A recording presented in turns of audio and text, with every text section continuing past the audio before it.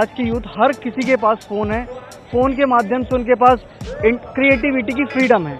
उस फ्रीडम का यूज़ करते हुए इन्होंने अपने अपने तरीके से क्रिएटिव पोस्टर्स बनाए, क्रिएटिव बैनर्स बनाए।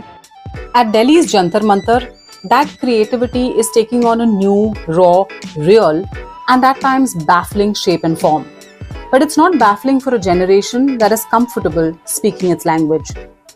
That's why an online trend, usually meant for couples, is playing out in this fashion with the police in the background. Who cleans more? Who eats the most?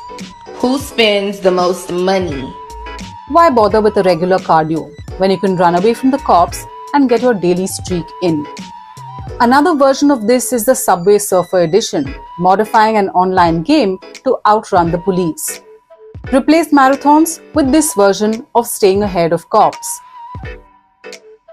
This generation has memified Instagram trends to come up with protest editions, like Get Ready With Me, How to Gear Up for a Protest, to Lana Del Rey's song I'm a Good Girl Officer, in a way that's witty and can be equally lost on those who have no clue what it references, like this trend.